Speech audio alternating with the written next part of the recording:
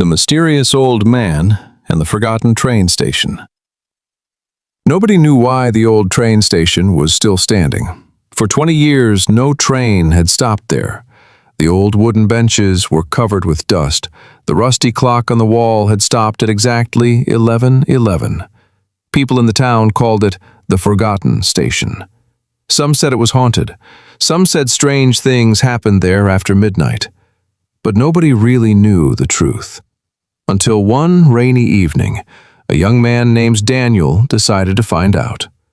Daniel was a curious person. He loved discovering forgotten places and listening to old people's stories. One night, while walking home, he saw a small light glowing near the abandoned station. He stopped. "That's impossible," Daniel whispered. The station had been empty for years. Slowly, he walked closer. The old wooden door was slightly open. Creak. Daniel pushed the door. Inside, everything looked exactly the same. The dusty benches, the broken clock, the old ticket counter. But then, he heard a voice. "One ticket, please." Daniel froze. Behind the counter stood an old man wearing a dark blue train conductor's uniform. His hair was white, and his eyes looked like they had seen 1,000 stories. Daniel stepped back. "Who are you? The station has been closed for years." The old man smiled. "Closed for most people, but not for everyone." Daniel looked around.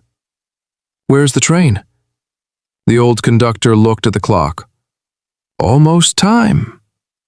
"Time for what?" Daniel asked. The old man didn't answer. Instead, he handed Daniel an old golden ticket. Written on it were 3 words: "One last journey." Daniel felt a strange feeling in his heart. "Where does this train go?" The old conductor smiled. "Somewhere people go when they have forgotten what truly matters." Before Daniel could ask another question, a loud sound filled the station. Choo, choo. A train appeared through the fog, but this was not a normal train. It looked like it came from another time. The doors opened slowly. The conductor looked at Daniel. "Are you coming?" Daniel was nervous, but his curiosity was stronger than his fear. He stepped inside. The moment he entered, everything changed. The train was beautiful. The seats were comfortable, the lights were warm, and every passenger was holding an old photograph. Daniel sat beside an elderly woman.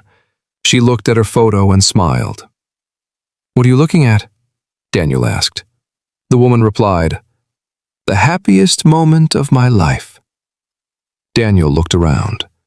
Everyone on the train was remembering something special. A father was looking at a picture of his daughter. A man was holding a photo of his childhood home. A woman was smiling at a picture of her old friends. Then the conductor came to Daniel. "What is your happiest memory?" he asked. Daniel became quiet. He searched his mind. Then he remembered. It was a simple day. He was a little boy, sitting with his grandfather, listening to stories beside a small fireplace. Daniel smiled. "I miss those days." The conductor nodded.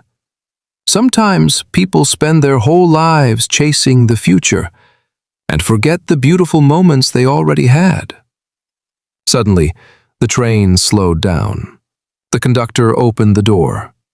"Your stop." Daniel looked outside. It was his hometown, but it looked different. It was the same place, but now he saw it differently. The old trees, the small streets, the people he loved, everything felt more valuable. Before leaving, Daniel turned around. "Will I ever see this train again?"